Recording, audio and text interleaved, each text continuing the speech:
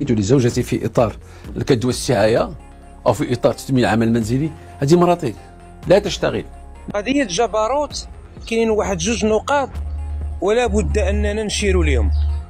النقطه الاولى، لولا الموقع ديال جبروت ما كناش غنعرفوا هذه الحقيقه ديال ان وزير العدل الوهبي خد قرض بمليار وصرح ان قيمه العقار اللي خد عليه القرض هو 100 مليون.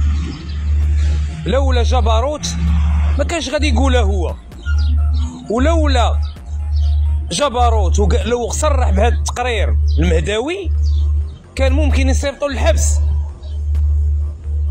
والان ما يقدرش وزير العدل الوهبي يدعي جبروت، لذلك غنفتحوا واحد القوس. راه الا ما خليتيش صحافه الداخل تناقشك برحمه، لان صحافه الداخل ارحم من صحافه الخارج ومن القراصنه ديال الخارج، لان قراصنه الخارج يريدون زعزعه استقرار البلاد وتشكيك الشعب في المؤسسات، وهذا ليس في صالح الدوله ولا المؤسسات. وما يمكنش نخليو وزير العدل الوهبي يخلينا اننا نفقدوا الثقه في المؤسسات، لان المؤسسات فوق وهبي. وهبي هو رجل غادي يمشي وستبقى المؤسسات، وما غاديش يتسبب لينا في زعزعه الثقه ديال المواطن المغربي في المؤسسات، سواء الملكيه او الدستوريه او البرلمانيه. هذه النقطه الاولى. انا الثانيه، انت محامي ذكي استعملتي الحرفه ديالك في واحد النقطه اللي ممكن نعتبروها تبويض الاموال.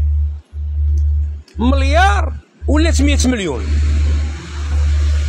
مليار ولات 100 مليون.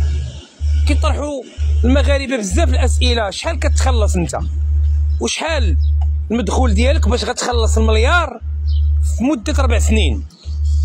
ممكن انك تجاوب حنا ما كنطعنوش فيك وكنحترموك، والملك حطك من بعد ما الشعب انتخبك، ولكن هذاك ما كيعنيش انك مقدس.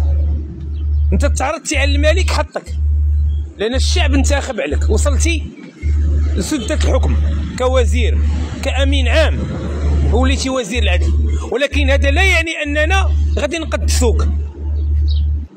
حنا في دوله ديمقراطيه من حق الشعب المغربي يسول، ما نطعنوا لا في مرتك لا في ولدك لا في حياتك الشخصيه، في اطار الديمقراطيه والمساءله والشفافيه والمصداقيه. مده 4 سنين غتخلص فيها مليار.